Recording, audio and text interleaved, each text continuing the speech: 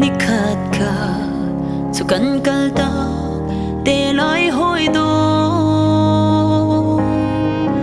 nanun nak ni bang liam ruang mang te ti ka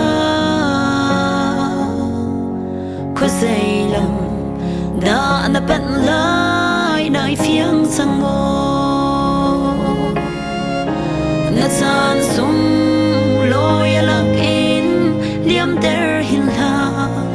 san thana ngai mi hi boy pa cha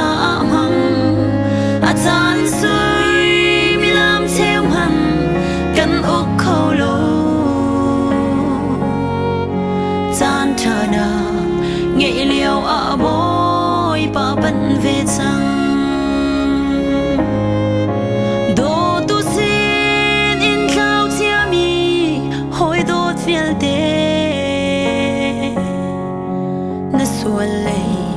ba si su ni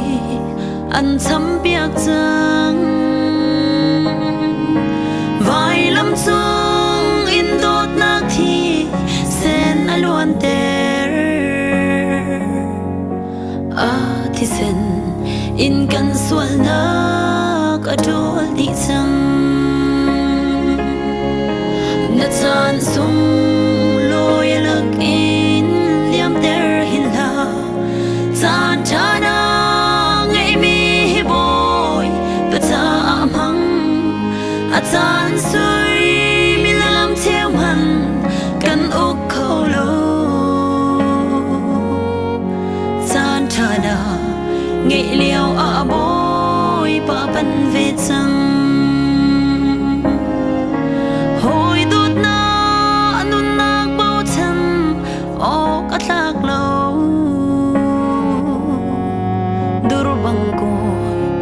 ni bang liao ruang mang te lai thi nu than pin nun na kong na ruat bal mo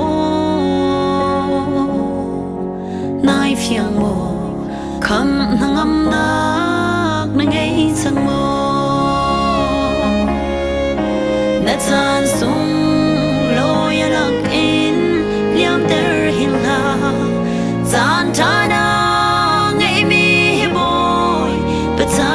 mang a chan sui mi lam theo han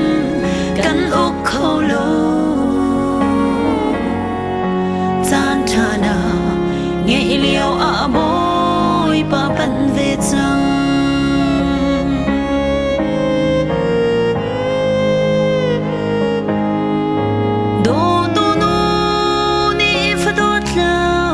akol tika thiên lung quay đại shami khi he akol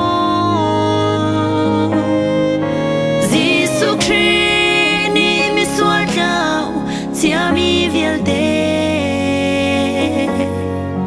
dot nak thi sen lenum nak in akan ko san sung loi lak in liam ter hin la san thana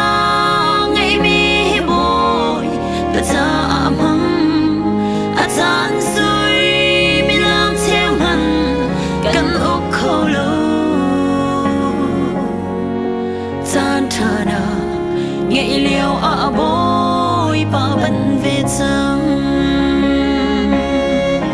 na chan sung loi lak in liam ter hin la